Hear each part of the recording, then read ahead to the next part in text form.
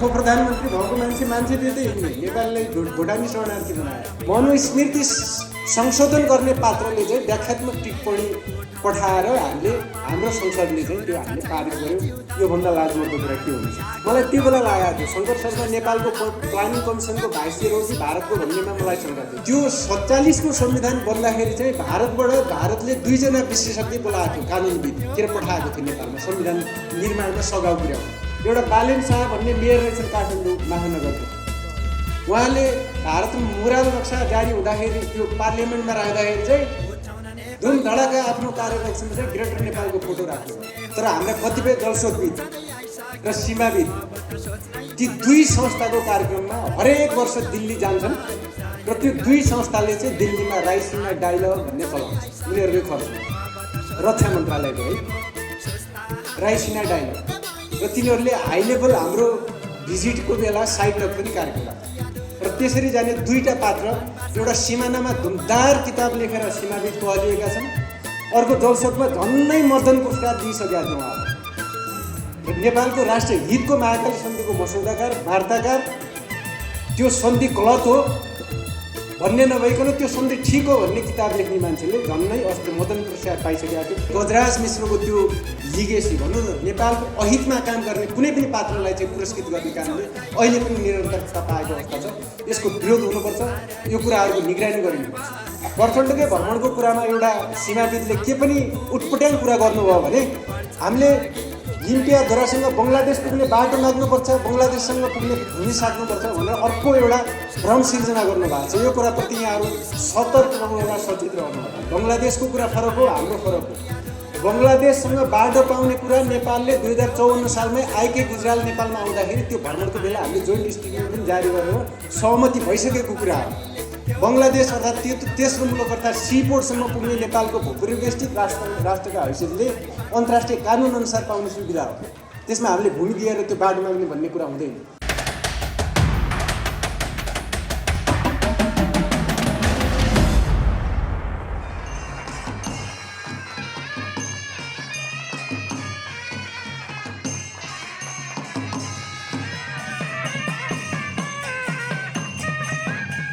उप प्रधानमन्त्री भएको मान्छे दिँदै हिँड्ने नेपाललाई भुटानी शरणार्थी बनायो। हुन त यो सिको उहाँहरू नयाँ होइन, पञ्चायतकालमा पनि यो परिपाटी थियो। हेर्नुहोस्, पञ्चायतकालमा त्यो बेलाको राष्ट्रिय पञ्चायतको अध्यक्ष पछि मन्त्री पनि भयो कि सम्भवतः रामेछाप सिन्धुलीतिरको एकजना सुविदे सरकार, उनले ताइवानी नागरिकलाई चाहिँ नागरिकता बेचेको थियो। त्यो कुरा चाहिँ काठमाडौँ टुडे भन्ने पत्रिकाले 2055 सालमा छाप्या पनि थियो। र उहाँले कतिपय कुरा आफ्नो एउटा किताब पनि लेख्नु भएको रहेछ। त्यसमा भारतीय एउटा माफिया तस्कर चोथोल जाटियालाई हामीले 4 करोड भारू लिएर प्रधानमन्त्री सूर्यबहादुर थापाको निर्देशनमा बागबजारको एउटा होटेलमा हामीले कसरी नागरिकता दिने र उसँग भएको सर्पको छाला कसरी बाहिर लैजान दिने र त्यो शर्तमा 4 करोड लिएर उसलाई कसरी नागरिकता दिने भन्ने कुरा नवराज सुवेदी हो उहाँको नाम। उहाँको त्यो किताबमा प्रष्ट छ। उहाँले ताइवानीलाई नेपाली नागरिकता बेचे पनि धेरै ढिलो भएको छैन। यसको फलोअप चाहिँ के गर्यो भने गणतन्त्रवादीहरूले पनि गरे। हेर्नुहोस् त लाजमर्दो, आज हाम्रो अन्तर्राष्ट्रिय जगतमा त पहिचान के बन्न पुगेको छ। आज एउटा मान्छे बेच्ने, आफ्नो देशको नागरिक बेच्ने, त्यो पनि अरू देशको नागरिक बनाएर, योभन्दा लज्जा के हुनसक्छ? जहाँसम्म जलस्रोतको कुरा छ, जलस्रोत, सिमाना, नागरिकताको कुराहरू, नागरिकतामा हाम्रो सुरुदेखि जुन यो ऐन अध्यादेशहरू ल्याउँदै आए भारतको प्रभावमा विदेशी आप्रवासी मान्छेहरूलाई हाम्रो नेपालीलाई नागरिकता लिनलाई ल्याएको होइन यो अध्यादेश। हाम्रा चाहे हिमालका हुन्, चाहे तराईका हुन्, चाहे पहाडका हुन्, सबै नागरिकका लागि नागरिकता पाउन न असहज छ न कुनै बाधा अड्चन छ। तर आप्रवासी शरणार्थी भारतबाट दिन 2 गुणा रात 4 गुणा जसरी आइरहेका छन् मान्छेहरू, तिनीहरूलाई नागरिकता दिनलाई चाहिँ अहिले पछिल्लो पटक अहिले वर्तमान राष्ट्रपति रामचन्द्र पौडेलले एउटा घातक अध्यादेशमा हस्ताक्षर गरेर इतिहासमा आफ्नो नाम एउटा कालो अक्षरले लेख्नु भएको छ। त्यसको जति विरोध गरे पनि कम हुन्छ। आज हामी के गर्दैछौँ? देशलाई चाहिँ भूगोलको आधारमा होइन, देशलाई जनसङ्ख्याको आधारमा निर्वाचन क्षेत्र वर्गीकरण गर्ने। अनि हामीले पहिलो संविधान सभा तागत के पनि गर्यौँ भने 4वटा दलको सिफारिसमा चाहिँ नागरिकता वितरण गर्यौँ। अघि नागरिकता वितरण टोली, पछि निर्वाचन आयोगको टोली थियो। त्यसरी लाखौँ हामीले गैर नेपाली नागरिक बनायौँ। अहिले हुँदा त त्यसरी नागरिकता लिएका सन्तानहरूलाई हामीले अङ्गीकृतका सन्तानहरूलाई चाहिँ वंशजको नागरिकता दिएर उनीहरूलाई चाहिँ राजकीय अधिकार प्रदान गर्ने, हाम्रो सेना प्रमुख हुने अधिकार प्रदान गर्ने, हाम्रो सर्वोच्च प्रधान न्यायाधीश हुने अधिकार प्रदान गर्ने, हाम्रो कार्यकारिणी प्रधानमन्त्री हुने हैसियत प्रदान गर्ने उनीहरूलाई र राष्ट्रपति बन्ने एउटा सुविधा उनीहरूलाई छुट दिने। यो कुरा त मैले पोहोर सालको तमुजामा पनि बोलेको थिएँ। जुन 9 सालमा नागरिकता ऐन आएको थियो त्यसको मस्यौदा कार्य भारतीय थियो, मुर्देश्वर भन्ने। त्यहाँदेखिको यो चलखेल अहिले पनि जारी छ। जलस्रोतको कुरा गर्दाखेरि नेपाल भारत बीचको यो जल सम्पदा अर्थात् यो जलस्रोतको बाँडफाँडको हाम्रो द्विपक्षीय सन्धि सम्झौताको इतिहास हेर्दाखेरि मैले सन् 1875 मा सम्भवतः जङ्गबहादुर राणाको पालामा यो सिसुवा, मर्थी र महलीको विषयमा चाहिँ एउटा एग्रिमेन्ट भएको छ। यो चाहिँ कपिलवस्तु जिल्लामा पर्दछ। त्यसमा नेपालको तर्फबाट सुब्बा मोहनलाल र भारतको तर्फबाट त्यति बेलाको ब्रिटिस इन्डियाको तर्फबाट चाहिँ क्विलेल्स भन्ने एउटा इन्जिनियरले त्यसमा सही गरेको रहेछ। त्यसमा चाहिँ नेपालले कति पानी पाउने, भारतले कति पानी पाउने भनेर त्यो एउटा सानो सागर भनौँ न एउटा पोखरीको विषयमा त्यसरी सम्झौता भएको अवस्था रहेछ।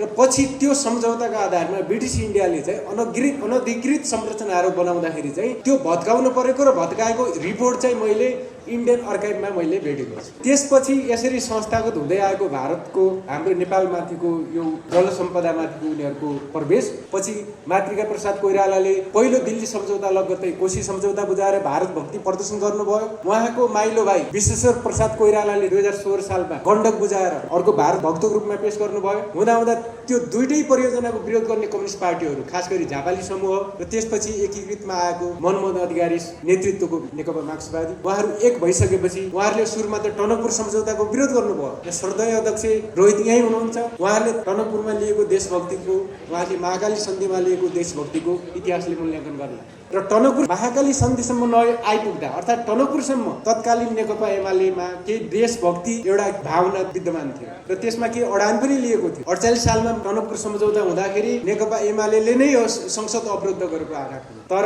लगत्तै के गर्यो भन्दाखेरि महाकाली सन्धिमा आएर 2/3 पारित गराउने निर्णायक भूमिकामा चाहिँ आएर नेकपा एमाले फस्न पुग्यो, भाँसियो। जान ती दलका नेताहरूले चाहिँ नाजायज लाभ प्राप्त हुने गरिकन चाहिँ महाकाली सन्धि भारतको हितमा अनुमोदन गरे र त्यसमा 8 जना देशभक्त सांसदहरूले मात्रै विपक्षमा मतदान गर्नुभएको थियो। त्यसमा श्रद्धेय कमरेड नारायण विरसी हाम्रो सभापति हुनुहुन्छ।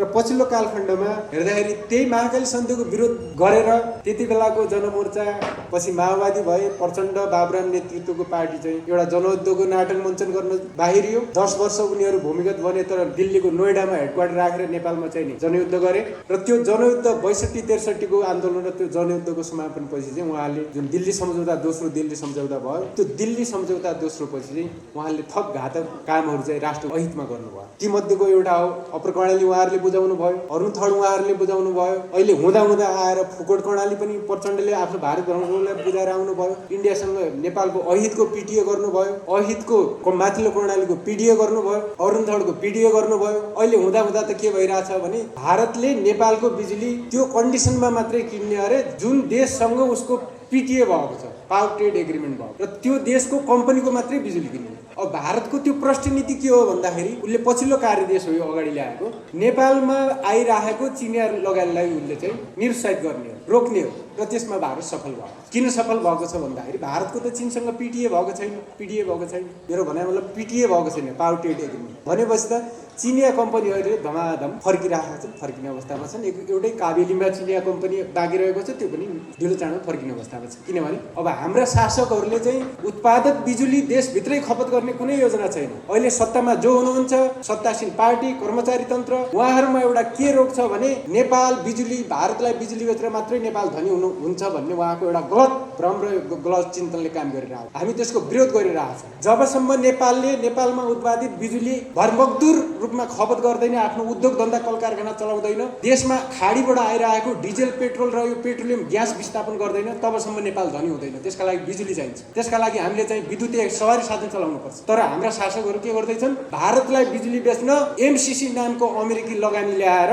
देशलाई अमेरिका र भारतको बन्धकमा राखेर हाम्रो बिजुली सरासर भारत पठाउने, त्यो बिजुलीको तारमुनिको घर चाहिँ अन्धकारमा बस्नुपर्ने त्यो अवस्था सिर्जना गरिरहेको छ। र त्यस्तो एमसिसी परियोजना पारित गर्न चाहिँ अहिलेका चीन निकट भनिएका कथित नेकपा माओवादीहरू, नेकपा एमालेहरू, उहाँलाई चीनले पनि बोकिराखेको अवस्था हो। सबैले एमसिसी अनुमोदन गरे, संसदबाट पारित गरे। त्यो के का लागि गरे भन्दाखेरि अब त्यसको भू राजनीतिक पाटोमा जाने भने थप कुरा आउला, म त्यसमा धेरै जाँदिनँ। तर विद्युतको सवालमा चाहिँ हाम्रो टाउकोमा ऋण थोपरेर हामीमाथि चाहिँ अमेरिकी प्रभुत्व कायम हुने गरिकन चाहिँ भारतको लागि एउटा इन्फ्रास्ट्रक्चर बनाउने र त्यसमा हाम्रो देशमा उत्पादन हुने सस्तो बिजुली भारत निर्यात गर्ने त्यसमा योजना बनाइएको छ। र त्यो एमसिसी पनि जस्तो महाकाली सन्धिमा सङ्कल्प प्रस्ताव नामको एउटा नाटक मञ्चन गरेर जसरी पारित गरिएको थियो, अहिले एमसिसी पारित गर्दाखेरि पनि बेलायतबाट एउटा प्रवासी नेपाललाई भाडामा लिएर त्यो मान्छेले एउटा व्याख्यात्मक टिप्पणी नामको एउटा खोस्टो फालिदियो नेपाली नेताहरूको आँखामा, हातमा एउटा थमाइदियो। नेपाली नेताहरूलाई के बहानाले यसलाई पारित गर्ने भन्ने थियो, उसले सजिलो गरी यो व्याख्यात्मक टिप्पणीको एउटा कभरमा चाहिँ गर्न सकिन्छ भनेर व्याख्यात्मक टिप्पणीको नाममा चाहिँ एमसिसी अनुमोदन गर्ने काम हो। त्यो एमसिसीको व्याख्यात्मक टिप्पणीकर्ता ती पात्र हुन् जसले मनुस्मृति पनि संशोधन गर्नुपर्छ भने यहाँ भाषण पनि दिएर जानुपर्थ्यो। त्यो जस्तो हास्यास्पद कुरा के हुन्छ, मनुस्मृति संशोधन गर्ने पात्रले चाहिँ व्याख्यात्मक टिप्पणी पठाएर हाम्रो संसदले चाहिँ त्यो हामीले पारित गर्यो। योभन्दा लाजमर्दो कुरा के हुनसक्छ। प्रचण्डको भारत भ्रमणमा थुप्रै घातक कुराहरू भएका छन्। उहाँले पहिलो कुरा त सायद सार्नु 2 घण्टा अगाडि राष्ट्रघाती नागरिकता विधेयक चाहिँ अनुमोदन गरेर जानुभयो। सबैभन्दा लज्जास्पद कुरा हो। र भारत गएर त्यो बेला भारतले मुराल नक्सा चाहिँ आफ्नो पार्लियामेन्टमा राखेको थियो, 3 दिन मात्रै भएको थियो। प्रचण्डको भ्रमणको साइत पारेर राखेको थियो र हामीलाई सन्देश दिएको नेपाल पनि अखण्ड भारतको एउटा अङ्ग हो, जुन होइन। र त्यो कुराको भारतमा गएर न प्रचण्डले कुरा उठाउन सक्नुभयो, न विरोध गर्न सक्नुभयो, न उहाँको परराष्ट्र मन्त्रीले। म त हाम्रो परराष्ट्र मन्त्री भन्दिनँ, किनभने हाम्रो परराष्ट्र मन्त्री हुन्थ्यो भने हाम्रो देशको कुरा उठाउँथ्यो, जनताको कुरा उठाउँथ्यो, सिमानाको कुरा उठाउँथ्यो। तर उहाँलाई कुनै इन्डियन टेलिभिजनले सोद्धाखेरि उहाँलाई थाहा छैन भन्नु र हुँदा कुरा त्यत्तिकैमा सीमित रहेन। उहाँहरूले भारतमा के गर्नुभएको छ, दीर्घकालीन जलस्रोत सम्झौता अरे 10 वर्षमा 10,000 उत्पादन गर्ने, त्यो भारतलाई बेच्ने। दीर्घकालीन रूपमा हाम्रो जल सम्पदा सबै उहाँहरूले हस्तान्तरण गरेर आउनु भएको छ। र जुन 10 वर्षमा 10,000 को कुरा छ, यो अहिलेको कुरा होइन। प्रचण्डको पहिलो शासनकाल 2065 सालमा असोजमा काठमाडौँमा एउटा इनर्जी समिट भएको थियो। यो इपान भन्ने एउटा यो प्राइभेट सेक्टरको एउटा संस्था छ, त्यसले आयोजना गरेको। त्यसमा चाहिँ भारतको पावर ट्रेड कम्पनी, त्यहाँको ऊर्जा दलाल कम्पनी हो, त्यसको अध्यक्ष तन्त्रनाथ ठाकुरको चाहिँ यहाँ चाहिँ आगमन भएको थियो र ऊ चाहिँ कार्यक्रमको प्रमुख अतिथि थियो। त्यो मान्छेले नेपालमा आएर के भन्यो भने नेपालले 10 वर्षमा 10,000 मेगावाट बिजुली निकालोस्, त्यो किन्न भारत तयार छ भनेर एउटा उसले कन्सेप्ट यहाँ फुराएर गयो। हाम्रा नेताहरू त्यसको पछि लागे, नभन्दै 10 वर्षमा 10,000 मेगावाटको कार्यदल बन्यो 65 सालमा। र त्यो कार्यदलले सुझाव मागेको थियो मन्त्रालयले, जलस्रोत मन्त्रालयले। मैले पनि व्यक्तिगत रूपमा सुझाव पठाएको थिएँ। पछि त्यो इमेलमा हेर्दाखेरि त त्यो कार्यदलको प्रतिवेदन, जुन फाइनल प्रतिवेदन हो, त्यो ग्रुपमा इमेलमा पठाएको थियो र त्यो तन्त्रनाथ ठाकुरलाई पनि पठाएको थियो। हाम्रो देशको एउटा कार्यदलको प्रतिवेदन चाहिँ विदेशी एउटा कम्पनीको, अर्थात् त्यहाँको सरकारी कम्पनीको एउटा प्रमुखलाई पठाइयो त्यो बेला। त्यो मैले अभिलेख अहिले पनि राखेँ। र त्यो भएर हामी त्यो बेलाको 10 वर्षमा 10,000 मेगावाटलाई हामी के भन्थ्यौँ भने तन्त्रका मन्त्र भन्थ्यौँ। त्यो तन्त्रका मन्त्रले काम गरेन। पछि त्यही तन्त्रका मन्त्रको कुरा चाहिँ त्यो बेला पटनामा चाहिँ केही नेपाली नेताहरू, सम्भवतः हिस्लायमी, सिपी गजरेलहरूलाई बोलाएर त्यहाँ एउटा नीतिश कुमारको अगुवाईमा एउटा सम्मेलन भएको थियो पटना। र त्यहाँ पनि हाम्रो शङ्कर कुमार शर्मा चाहिँ त्यो बेला प्लानिङ कमिसनको भाइस चेयर हुनुहुन्थ्यो, अहिले भारतको लागि राजदूत हुनुहुन्छ। उहाँले पनि के भन्नुभएको थियो भने इन्डियाको मागलाई थाहा छ, हामी 10 वर्षमा 10,000 उत्पादन गरेर हामी भारतमा बिजुली निर्यात गर्न चाहन्छौँ भनेर उहाँले भन्नुभयो। मलाई त्यो बेला लागेको थियो शङ्कर शर्मा नेपालको प्लानिङ कमिसनको भाइस चेयर हो कि भारतको भन्नेमा मलाई शङ्का थियो। किनभने उसले नेपालको विद्युत माग कति हो त्यसको कुरा गर्दैन थियो, आगामी 10 वर्षमा हाम्रो विद्युत मागको कुरा गर्दैन थियो, 50 वर्षको मागको कुरा गर्दैन थियो। तर भारतको विद्युत माग यति छ, हामी त्यसका लागि नेपालमा आयोजना बनाएर भारतमा बिजुली निर्यात गर्दैछौँ भनेर उसले त्यसरी भाषण गरे अवस्था थियो। र हुँदा पछिल्लो पटक के भएको थियो भने अब यो जलस्रोत पानीकै कुरा गर्दाखेरि यो माथिल्लो कर्णाली, पश्चिम सेती, माथिल्लो कर्णालीको सर्वोच्च अदालतमा मुद्दा परेको अवस्था थियो। त्यो दुईटै मुद्दामा म निवेदक थिएँ। पश्चिम सेती के थियो भने एउटा अस्ट्रेलियन कम्पनीलाई दिएको थियो र त्यसको बिजुली भारतमा निर्यात गर्ने भन्ने थियो। र हामीले के माग गरेका थियौँ अदालतमा भने त्यस्तो परियोजना चाहिँ संसदको 2/3 बहुमतबाट पारित हुनुपर्छ। त्यो चाहिँ संविधानको धारा 47 को संविधानको धारा 126, अन्तरिम संविधान 63 को धारा 156 र अहिलेको 279 मा त्यो व्यवस्था छ। त्यो बेला अन्तरिम संविधान लागू थियो। त्यो धारा चाहिँ अनुसार चाहिँ यो आयोजना अगाडि जानुपर्छ भने हामीले त्यो माग राखेका थियौँ। तर भारतको त्यो धाराप्रति सुरुदेखि नै असहमति थियो। त्यो 47 को संविधान बन्दाखेरि चाहिँ भारतले 2 जना विशेषज्ञ बोलाएको थियो, कानुनविद के पठाएको थियो नेपालमा संविधान निर्माणमा सघाउ पुर्याउन। एउटाको नाम थियो डाक्टर सिंघवी, अर्को डाक्टर नुरानी, 2 जना। ती 2 जना पात्रले चाहिँ के भूमिका खेलेका थिए भने त्यो संविधानमा हाम्रो धारा 126 मा प्राकृतिक स्रोतको उपयोगको बाँडफाँड हुने परियोजना संसदको सदनबाट बहुमतले पारित गर्नु भन्नेमा उनीहरूको अब्जेक्सन थियो। यो राखिनु हुन्न, किनभने यो नेपालको पानी जलस्रोतसँग जोडिन्छ। भोलि भारत निर्यात हुने परियोजनाको हकमा यो चाहिँ बाध्यात्मक हुन्छ र यो चाहिँ यसले अवरोध सिर्जना गर्ने अवस्था हुन्छ भन्ने उनीहरूले बुझेका थिए र त्यसको विरोध गरेका थिए। तर उनीहरूको विरोधका बावजुद त्यो धारा त्यहाँ राख्ने काम भयो, त्यो संविधानमा राखियो।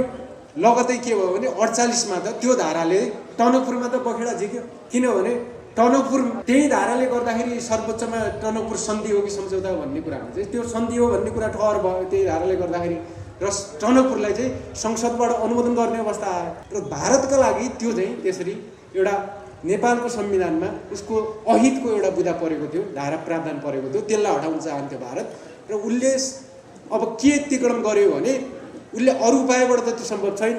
अब त्यसलाई यो सर्वोच्च अदालत अर्थात् न्यायिक निकायबाट यसलाई चाहिँ निकम्मा बनाउन सक्यो, अर्थात् यसलाई काम नलाग्ने बनाउन सक्यो भने यो चाहिँ के यसको औचित्य रहन्न भन्ने खेलमा भारत थियो।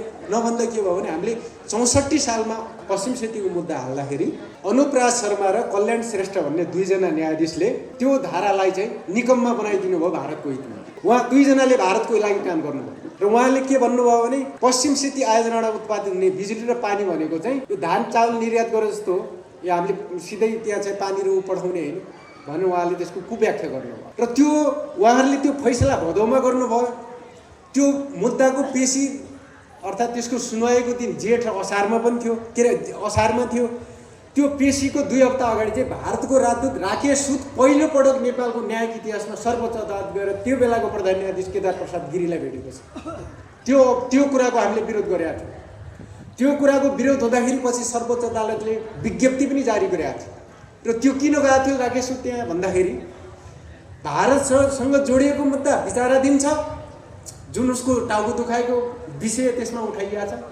र त्यो कुराको मिलान अर्थात् त्यसलाई मिलाउन चाहिँ त्यसरी त्यहाँ गएको थियो भन्ने कुरा त्यो सहजै अनुमान गर्न सकिन्छ। र त्यो भइसकेपछि अनुप राज र कल्याण श्रेष्ठले चाहिँ त्यो धारालाई चाहिँ निकम्मा बनायो। र जुन कुरा मैले अघि डाक्टर नुरादिन र सिंहविक जुन 47 सालको संविधान निर्माणको बेला आउँदाखेरि चाहिँ उनीहरूले त्यो संविधानको त्यो धारा हटाउन नसक्दाको कुराको प्रसङ्ग छ। त्यो कुरा एसटी मुनि भन्ने मान्छेले 2009 मा एउटा डिप्लोमेसी भन्ने किताब प्रकाशित गरेका छन्। उनले त्यो कुरा त्यो किताबमा प्रष्ट रूपमा उल्लेख गरेका छन्। र उनले थप के पनि भनेका छन् भने नुरानी र सिंहवीले भारतको हितको प्रावधान नेपालको संविधानमा राख्न नसक्दा दिल्लीमा उनीहरूको सार्वजनिक रूपमा चाहिँ विरोध भयो। भारत यसरी जोडिएको छ। र जहाँसम्म सिमानाको कुरा छ, म प्रचण्डकै भ्रमणको कुरालाई यहाँ जोड्न चाहन्छु। उहाँले नेपालको नक्सा जारी भइसकेपछि हामीले उठाउनु पर्ने के थियो भारत भ्रमणको एजेन्डामा? लिम्पियाधुरा सहितको जग्गा फिर्ती, त्यहाँबाट भारतीय सेनाको विस्थापन अर्थात् त्यहाँबाट हटाउनु पर्ने कुरा, हाम्रो सीमा नियमनको कुरा, भारतसँग जोडिएका सन् 50 देखिका असमान सन्धि सम्झौताका कुरा, इपिजी प्रतिवेदन बुझाउने कुरा, हाम्रा कुनै पनि एजेन्डाहरू भारतको प्रचण्डको भारत भ्रमणको एजेन्डा बनेन। तर भारतको सबै कुराहरू एजेन्डा बनाइए र भारतको हित अनुसारको सम्झौताहरू त्यहाँ भए।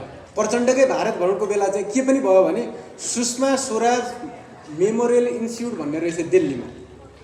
त्यसलाई चाहिँ हाम्रो यहाँ थिङ्क ट्याङ्क छ नेपाल सरकारको एउटा परराष्ट्र मामिला अध्ययन प्रतिष्ठान परराष्ट्र मन्त्रालय मात्रको, त्योसँग सहकार्य भनेर त्योसँग टाइअप गरेर आउनुभयो, जोड्नुभयो। अब हाम्रो देशको परराष्ट्र नीतिमा एउटा थिङ्क ट्याङ्कको काम गर्ने एउटा संस्थालाई विदेशी संस्था जोडेपछि त्यसले कसको हितमा काम गरेर त्योसँग त्यसको गोप्य रणनीतिक कुराहरू कहाँ पुग्ला? हुन त यो कुरा भारतमा दुईवटा अर्का पनि संस्था छन्, एउटा अब्जर्भर रिसर्च फाउन्डेसन र एउटा आइडिएसए। आइडिएसए भन्ने चाहिँ त्यहाँको रक्षा मन्त्रालय अन्तर्गत छ। ओआरएफ अब्जर्भर रिसर्च फाउन्डेसन पनि भारत सरकारकै लागि काम गर्छ। तर हाम्रा कतिपय जलस्रोतविद र सीमाविद ती दुई संस्थाको कार्यक्रममा हरेक वर्ष दिल्ली जान्छन् र त्यो दुई संस्थाले चाहिँ दिल्लीमा राइसिना डायलग भन्ने चलाउँछ उनीहरूकै खर्चमा, रक्षा मन्त्रालयको है राइसिना डायलग। र तिनीहरूले हाई लेभल हाम्रो भिजिटको बेला साइड टक पनि कार्यक्रम राख्छ। र त्यसरी जाने दुईटा पात्र, एउटा सिमानामा धुमदार किताब लेखेर सीमाविद कहलिएका छन्, अर्को जलस्रोतमा झन्नै मदन पुरस्कार दिइसकेका थियौँ उहाँलाई। र नेपालको राष्ट्रिय हितको महाकाली सन्धिको मसौदाकार वार्ताकार त्यो सन्धि गलत हो भन्ने नभइकन त्यो सन्धि ठिक हो भन्ने किताब लेख्ने मान्छेले झन्नै अस्ति मदन पुरस्कार पाइसकेका थियो र उहाँलाई त्यो सन्धिमा सघाए बापत त्यो बेलाको सरकारले विख्यात त्रिशक्ति पट्ट चाहिँ दिइसकेका रहेछ। यो देशको विडम्बना के हो भने सुगौली सन्धिदेखि म त पटक पटक भन्दै आएको छु, सुगौली सन्धिमा घात गर्ने चन्द्रशेखर र गजराज मिश्रले ब्रिटिसहरूबाट इन्डियामा थुप्रै मौजाहरू हात पारेका थिए र अहिले पनि गजराज मिश्रको त्यो लिगेसी भनौँ न नेपालको अहितमा काम गर्ने कुनै पनि पात्रलाई चाहिँ पुरस्कृत गर्ने कामले अहिले पनि निरन्तरता पाएको अवस्था छ। यसको विरोध हुनुपर्छ, यो कुराहरूको निगरानी गरिनुपर्छ। प्रचण्डकै भ्रमणको कुरामा एउटा सीमाविदले के पनि उटपट्याङ कुरा गर्नुभयो भने हामीले लिम्पियाधुरासँग बङ्गलादेश पुग्ने बाटो माग्नुपर्छ, बङ्गलादेशसँग पुग्ने भूमि साट्नुपर्छ भनेर अर्को एउटा भ्रम सिर्जना गर्नुभएको छ। यो कुराप्रति यहाँहरू सतर्क रहनु होला, सचेत रहनु होला। बङ्गलादेशको कुरा फरक हो, हाम्रो फरक हो। बङ्गलादेशसँग बाटो पाउने कुरा नेपालले 2054 सालमै आइके गुजराल नेपालमा आउँदाखेरि त्यो भ्रमणको बेला हामीले जोइन्ट स्टेटमेन्ट पनि जारी गरेर सहमति भइसकेको कुरा हो। बङ्गलादेश अर्थात् तेस्रो मुलुक अर्थात् सीपोर्टसम्म पुग्ने नेपालको भूपरिवेष्टित राष्ट्रका हैसियतले अन्तर्राष्ट्रिय कानुन अनुसार पाउने सुविधा हो। त्यसमा हामीले भूमि दिएर त्यो बाटो माग्ने भन्ने कुरा हुँदैन। तर कि एकजना चर्चित सीमाविदले के भ्रम सिर्जना गरे र प्रचण्डले पनि के भने हामी बङ्गलादेशसँग पुग्ने बाटो चाहन्छौँ। एउटा कुरा त के हो भने चिकन नेक भारतले बरु कश्मीर छोड्ला चिकन नेक छोड्दैन, किनभने उसको रणनीतिक महत्त्व त्यति छ। दोस्रो कुरा हामीले त्यसरी भूमि भारतले भूमि मिच्दै जाने, हामीले अनि उसँग साट्दै जाने, अनि अर्को माग्दै जाने कुरा हुँदैन, किनभने त्यसले गलत नजिर स्थापित गर्छ। अर्को बङ्गलादेशसँगको कुरा जुन 111 इन्क्लेभ भारतले दिएको र 50 इन्क्लेभ बङ्गलादेशले दिएको जुन एक्सचेन्जको कुरा हो त्यो फरक कुरा हो। त्यसको ऐतिहासिक पाटो हेर्दाखेरि चाहिँ 1700-1800 तिर जानुपर्ने हुन्छ। त्यो बेला बङ्गलादेश र अहिले भारतमा परेका ती गाउँहरू त्यो बेला रङपुर र कुचबिहार भन्ने दुईटा रजबाडा थिए, त्यहाँ स्टेटहरू थिए। त्यो दुईटा रजबाडा बीचको विवादको विषय चाहिँ पछिसम्म नसुल्टेको अवस्था हो र त्यो अवस्था सुल्टाउन पछि बङ्गलादेश इन्डिपेन्डेन्ट भइसकेपछि नेगोसिएसन भएर पेन्डिङ रहेको अवस्था, उनीहरूको सुरुकै सीमाङ्कन नहुँदाखेरिको त्यो पेन्डिङ अवस्था उनीहरूले त्यसरी सट्टापट्टामा मिलाएको हुन्। तर हाम्रो लिम्पियाधुरा त्यस्तो हो त? उहाँहरूले तर्क गर्नुहुन्छ फेरि चीनसँग त हामीले साट्यौँ नि त जग्गा भनेर गर्नुहुन्छ। फेरि चीनसँगको के हो भने चीनसँग जसरी हामीले एक्सचेन्ज गऱ्यौँ बङ्गलादेश र भारतको इस्यु र चीन र हाम्रो इस्यु समान, किनभने चीनसँग हामीले सुरुवाती सम्झौता गरेका थियौँ। सुरुवाती सम्झौता त्यो न हामीले चीनले मिचेको नेपाली भूभाग हामीले चीनसँग साट्या हो, न चीनको नेपालले मिचेको भूमि चीनले नेपालसँग साटेको हो। हाम्रो त के हो भने पारस्परिक एउटा सौहार्द वातावरणमा हामीले पहिले सीमाङ्कनको बेला चाहिँ ल तेरो मेरो भन्ने कुरा चाहिँ हामीले सहमतिमा टुङ्ग्याउने भन्ने कुरामा हामी त्यसरी नेगोसिएसनमा हामी पुगेको अवस्था हो। तर कालापानी भनेर त भारतले जबरजस्त हड्बीको कुरा हो, त्यसलाई साट्दै जाने। आज उहाँ त पावर पोइन्ट बनाएर देशभरि सबै नेतालाई बाँड्दै हुनुहुन्छ, पार्लियामेन्ट कमिटीमा पनि बाँड्नु, पार्लियामेन्ट संसदीय समितिमा हामीलाई कहीँ पनि स्पेस हुँदैन क्या। र अर्को कुरा यो पछिल्लोपल्ट बिजुलीकै कुरा म लास्टमा टुङ्ग्याउँछु। अहिले हिजो मात्रै मैले एउटा सेतो पार्टी अनलाइन भन्नेमा भारतले यो घटस्थापना कि कहिलेदेखि बिजुली नकिन्दा हाम्रो 500 मेगावाट खेर गयो भन्ने समाचार आइरहेको छ। अब हेर्नुहोस् है, नेपालका नीति निर्माता उद्यमीहरूको चाला बरु 500 मेगावाट खेर फाल्ने, त्यो अरबौँ बिजुली हो दिनमा, 500 मेगावाट खेर फाल्ने नेपाली जनतालाई नदिने, किनभने भारतलाई नबेचिकन चाहिँ नेपाली जनता धनी नै हुँदैन र के, बरु खेर फाल्ने, भारतलाई बेच्ने, भारतलाई किनेन भने खेर फाल्ने, तर नेपाली जनतालाई नदिने। त्यो बिजुली सस्तोमा दिएको भए आज 500 मेगावाट नदिने। नक्सा जारी हुँदाका प्रधानमन्त्री केपी शर्मा ओलीको आज स्वर बसेको छ। एउटा बालेन शाह भन्ने मेयर रहेछन् काठमाडौँ महानगरको, उहाँले भारतमा मुराल नक्सा जारी हुँदाखेरि त्यो पार्लियामेन्टमा राख्दाखेरि चाहिँ धुमधडाका आफ्नो कार्यकक्षमा चाहिँ ग्रेटर नेपालको फोटो राख्नुभयो। चीनले केही दिन अगाडि नक्सा जारी गर्दाखेरि चाहिँ त्यसमा त्रुटिवश के हो थाहा छैन, त्यसमा लिम्पियाधुरा सहितको नक्सा समेटिएन भनेर ती बालिन शाह भन्ने मेयरले चीन भ्रमण पनि रद्द गरेर चीनसँगको एउटा सौहार्द सम्बन्धमा उहाँले चाहिँ आज पुर्याउनु भयो। तर आज मोदी खुलेआम त्यहाँ 2-4 दिन घुम्दाखेरि पनि बालिन शाहहरू त कोही पनि बोलेन। त्यो भएर यी सबैको यो चाहिँ यो नौटङ्की के हो भने जनताको छेडेको यो के भन्छ भावनात्मक त्यो संवेदनशीलतालाई क्यास गरेर आफूलाई चाहिँ त्यसलाई राजनीतिक भर्याङ बनाएर आफू चाहिँ अगाडि जाने, राजनीति राष्ट्रियतालाई एउटा देखाउने एउटा माध्यम बनाएर आफू अगाडि जाने। यो कुराबाट हामी सचेत हुनुपर्छ।